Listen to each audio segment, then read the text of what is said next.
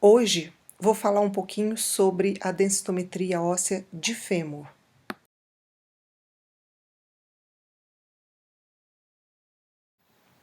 Vamos primeiro lembrar um pouquinho dos princípios básicos do método. Lembrar que o método DEXA apresenta no equipamento um tubo de raio-x que tem um feixe conhecido que atravessa o corpo do nosso paciente, da nossa paciente. Parte desses fótons são absorvidos e de forma diferenciada pela massa magra e pelo osso, tanto pelos fótons de baixa energia quanto de alta energia, e o que não foi absorvido atinge o detector e o equipamento consegue saber quanto foi absorvido e mensurar, né, a densidade do conteúdo desse nosso objeto, que é o paciente. E como a absorção é feita de forma diferenciada pelas estruturas, então também o equipamento, a absorção pelo tecido adjacente ao osso é importante na medida da nossa massa óssea, porque o equipamento observa quanto foi absorvido e a densidade do tecido circunjacente ao osso, e sabendo que também há tecido em torno, tanto na frente quanto atrás desse osso, ele considera quanto da absorção do feixe foi feita por esse tecido para mensurar de forma basicamente exclusiva o que é osso nessa nossa medida.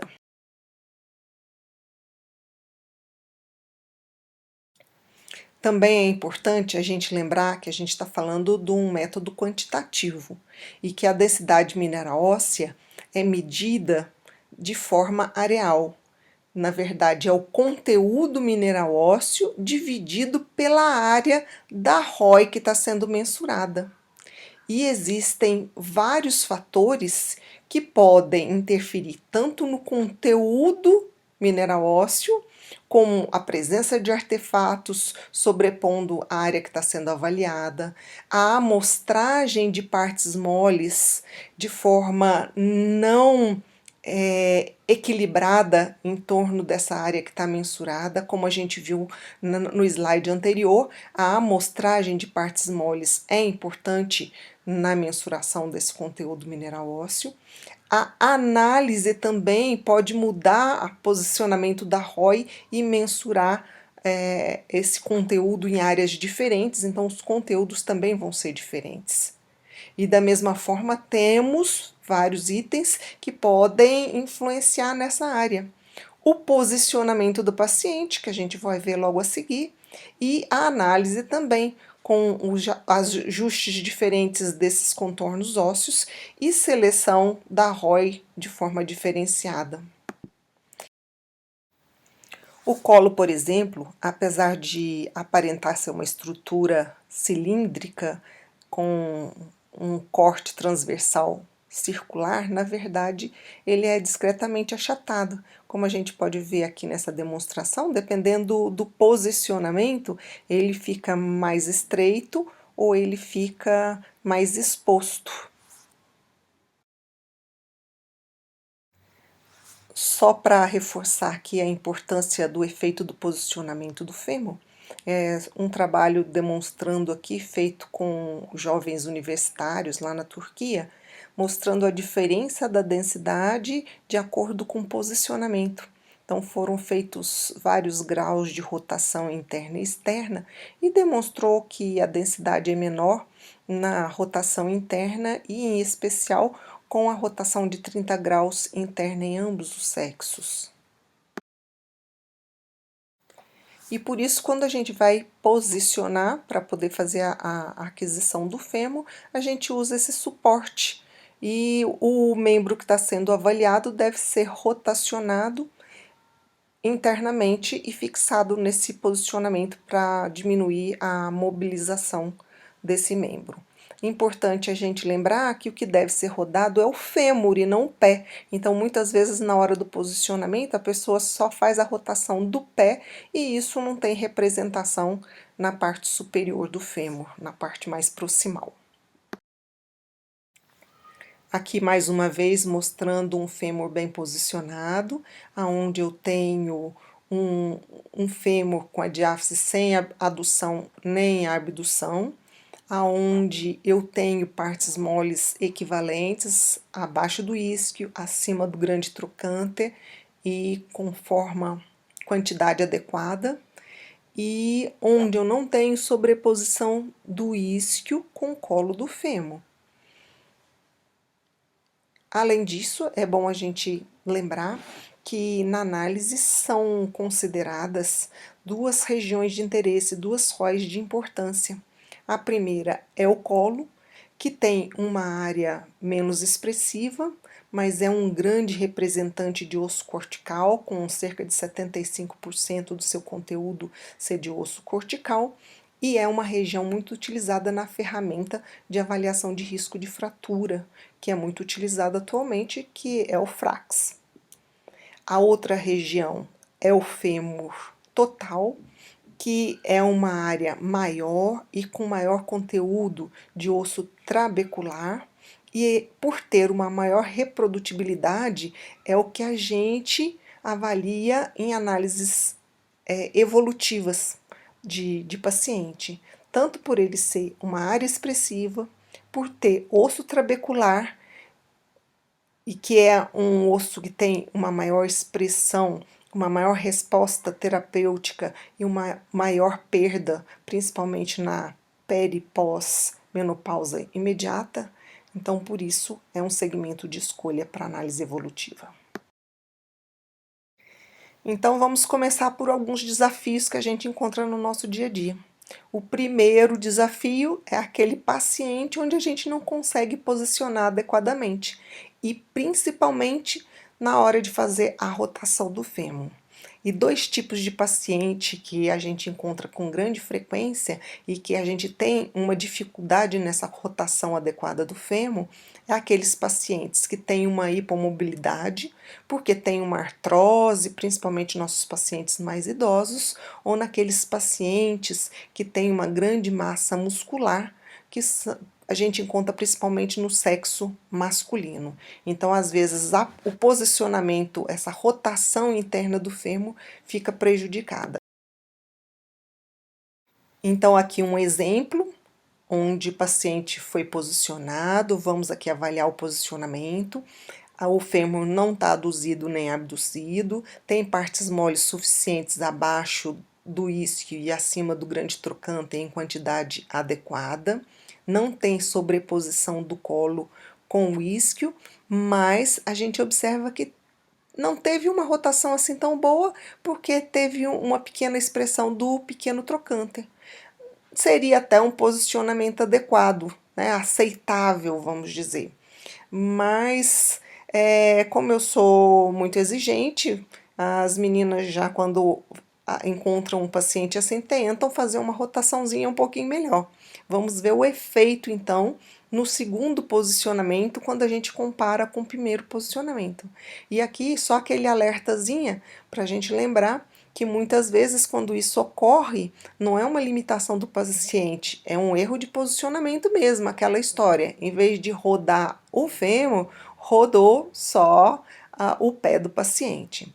Então, vamos observar aqui que com o reposicionamento, eu mudei tanto a densidade do total, quanto a densidade do colo do fêmur.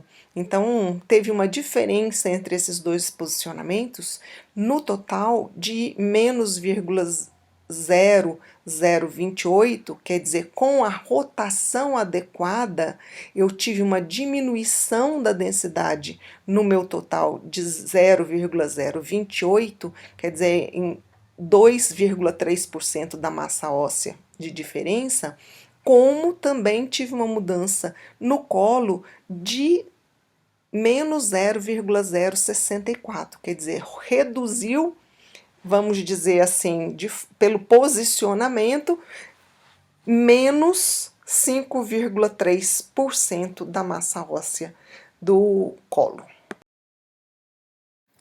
Aqui mais um exemplo, mostrando 3 posicionamentos feitos no mesmo momento, mesmo paciente, e mostrando a repercussão na massa óssea mensurada do paciente, na densidade mineral óssea, né?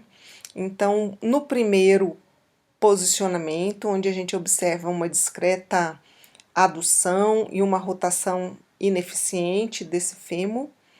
Para o segundo posicionamento, onde eu já não tenho mais a adução, mas ainda não tenho uma rotação tão eficiente, eu já vejo uma diferença de 0,021, de 2,9% dessa densidade mineral óssea. E quando ainda foi aperfeiçoado esse posicionamento com uma rotação mais eficiente, ainda teve uma redução maior do segundo para o terceiro, né, para o último, para o que está mais à direita, a gente observa ainda uma diferença de quase 2%. Então, do primeiro posicionamento para o último posicionamento, a diferença foi quase de 5%. Outra situação muito frequente no nosso dia a dia é a rotação da bacia, ou quando a gente observa um ângulo muito estreito entre o colo e o isquio. Então, a primeira imagem é bem exagerada a rotação da bacia, e o que a gente observa que não está bem rodado também o fêmur, mas que tem uma sobreposição do isquio com o colo, que gera essa imagem com uma densidade mais alta, meio triangular, onde há essa sobreposição. No segundo, tem uma sobreposição, já não tão, tão evidente, né? É menor o que mas a gente observa que ainda tem uma sobreposição. E na última imagem, uma paciente com artrose, e aonde a gente tem pouquinha quantidade de partes moles entre o colo e o isquio. E como é que a gente corrige esse problema da rotação da bacia? Então, na verdade, a grande maioria das vezes, o que acontece é que quando a gente vai rodar internamente o fêmur que está sendo avaliado no posicionamento, a pessoa não roda só o fêmur, acaba rodando a bacia também, elevando a bacia em relação à mesa de exame. Então, o que a gente tem que fazer é corrigir essa rotação, voltar essa bacia para a posição adequada. E como que a gente vai corrigir essa rotação da bacia? A forma mais prática, mais simples, é só fazer isso de forma manual, corrigindo o posicionamento e empurrando a bacia de encontro à mesa de exame, com o cuidado de não tirar a rotação interna do fêmur. Quando só isso não é suficiente, a gente pode também utilizar uma elevação da bacia do lado contralateral, do outro lado que não está sendo avaliado, para poder forçar essa rotação, essa correção da rotação da bacia.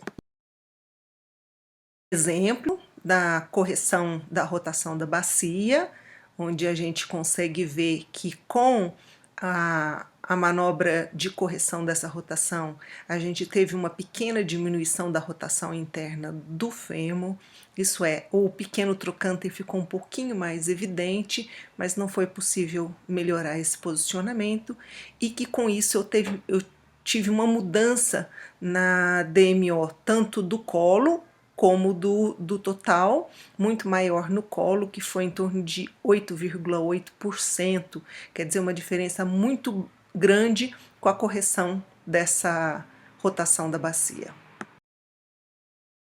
Uma outra manobra que pode ser feita também, que auxilia às vezes no aumento desse ângulo e essa correção dessa sobreposição da bacia com isquio, é a gente fazer uma abdução do membro contralateral, que isso aumenta esse ângulo.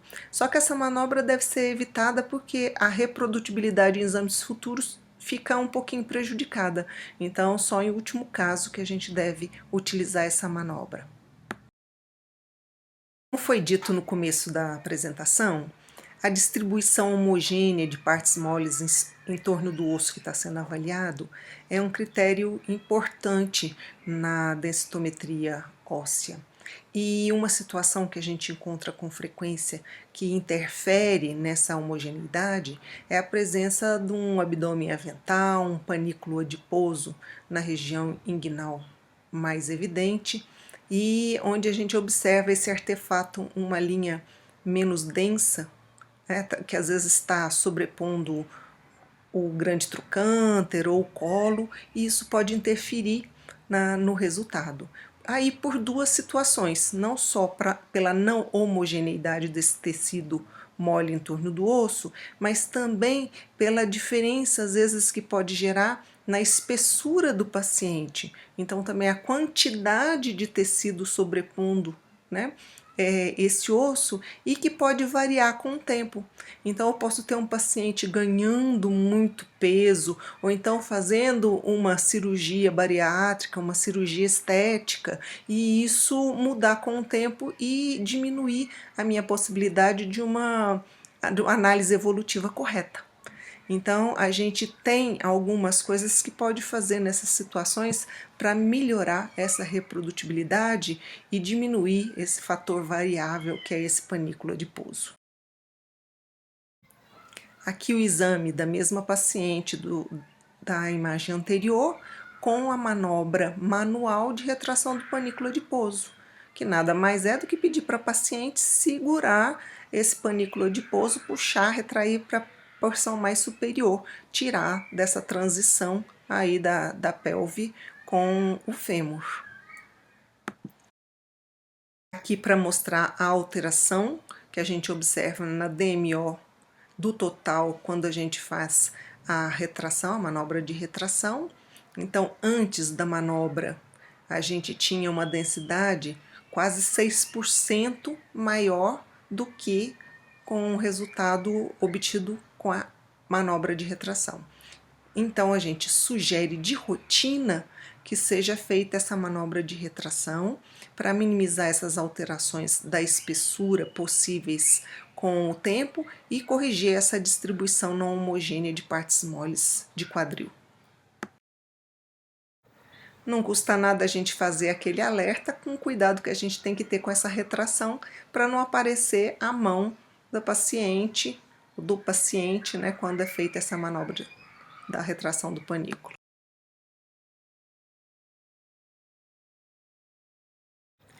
Falamos um pouco de posicionamento, agora vamos falar um pouquinho de análise, né? Não custa lembrar também que, apesar do método não ser um método de imagem, a gente tem que ter uma atenção grande, porque essa imagem pode nos trazer muitas informações. E muitas vezes, quem vai analisar, quem vai assinar o resultado desses exames, acaba vendo só a imagem impressa e perde muito das informações que podem ser obtidas com a imagem manipulável. Vamos começar avaliando esses dois exames. Quanto ao posicionamento, a gente observa que não existe abdução nem adução do fêmur, o colo está bem exposto, tem partes moles equivalentes abaixo do isquio e acima do grande trocânter, então estão exames bem posicionados. Mas o que acontece quando a gente faz o ajuste de imagem? Às vezes, só com esse ajuste de imagem, principalmente na imagem da esquerda, a gente observa que existe um aumento de densidade sutil aí de partes moles que antes desse ajuste não era observado. A mesma coisa a gente observa no exemplo da direita. Então, é a presença, às vezes, de próteses glúteas que tem uma densidade não tão elevada na imagem sem o manuseio, que só com ajuste pode ser evidente. E a presença dessas próteses glúteas invalida a análise de quadril. E nessas situações, normalmente, a prótese é bilateral. Então, invalida mesmo, porque eu não tenho nem o contralateral para poder avaliar. Então, atenção a esses ajustes de imagem e a coleta das informações. Um outro exemplo, com um artefato em partes moles de quadril, a gente observa que é um artefato com uma densidade baixa e está um pouquinho fora da ROI, talvez não interferisse no resultado. Mas o que que acontece? No exame posterior, esse artefato estava um pouquinho mais baixo, mais próximo do colo. No outro exame, ele estava bem junto ao colo, e no posterior a gente não conseguia nem ver, porque estava sobrepondo o osso. Então, a gente pede sempre uma atenção especial para esses artefatos mais evidentes, que a gente tem o membro contralateral para avaliar. Então, a gente não tem a necessidade de avaliar uma região que está com algum problema com o artefato, se eu tenho outro que pode estar melhor, nem sempre, às vezes eu posso ter esse artefato também no outro, mas se o outro não tiver, ele é mais adequado para análise da massa óssea e pode sofrer menos problemas com a análise evolutiva futura do que se eu fizer esse membro que tem o artefato. Mais um exemplo, né? Não vamos aqui nem avaliar aqui o posicionamento, que tem uma rotação não tão eficiente, né, do fêmur, mas no resto está bem posicionado. Essa paciente tinha uma limitação nessa rotação, mas também não importa porque esse exame está invalidado. Apesar de agora a gente não estar vendo com tanta frequência, é uma paciente com bioplastia, então tem várias áreas de mais alta densidade em partes moles pela injeção desse produto da bioplastia. Entrando agora no posicionamento da ROI, embora a gente já tenha falado isso em outra apresentação, é bom a gente sempre acentuar, é que a gente recomenda que sempre que possível a gente tenha na ROI colo partes moles de forma equivalente acima e abaixo do colo. Então, em algumas situações, a gente tem esse grande trocânter proeminente e eu não consigo fazer esse posicionamento de forma equivalente. Então, o importante é que tenha partes moles acima e abaixo do grande trocânter. O posicionamento da ROI com essas partes moles equivalentes ajuda um pouquinho a gente na reprodutibilidade futura, mas muitas situações a gente tem que achar um jeito de fugir do grande trocânter, já que esse grande trocânter faz parte do total, mas não faz parte do colo. E a recomendação é de que eu não tenha parte de ROIs analisáveis, né, sobrepondo, então aí a região, a ROI colo. Então a gente pode chegar um pouco mais para baixo essa ROI, até sair do grande trocânter, lembrando sempre que se for de primeira vez, a gente sempre tem que apertar a ferramenta de busca para posicionamento, na verdade, automático feito pelo software. Em outras situações, o desafio ainda é maior, porque a gente não consegue colocar essa ROI colo aí sem pegar partes de outros segmentos, e principalmente do grande trocânter. Em pacientes que têm uma artrose, que têm uma limitação muito grande de rotação, muitas vezes eu tenho alteração de densidade da cápsula, inclusive, interferindo no nosso resultado, mas a única coisa que a gente ainda pode avaliar quando não tenha outra solução, é a gente colocar que tem uma limitação, que o colo não pode ser avaliável porque tem sobreposição de outras regiões na ROI colo, mas eu posso avaliar o total. Mais uma vez aqui para a gente lembrar que quadril a gente pode fazer tanto direito quanto esquerdo. Então não é aceitável eu fazer uma análise de um quadril com um artefato tão evidente sobrepondo esse colo. Falei artefato, mas pode ser uma lesão óssea, mas que de qualquer forma é uma região densa que vai interferir no meu resultado. Então, se eu tenho o esquerdo para avaliar, então vamos avaliar o esquerdo. Muitas vezes quem está analisando não é a mesma pessoa que fez o exame, então precisa ter uma atenção redobrada. Então essa é uma paciente que foi feito o quadril esquerdo por solicitação do médico, mas esse quadril esquerdo tem evidentes alterações de manuseio cirúrgico aí.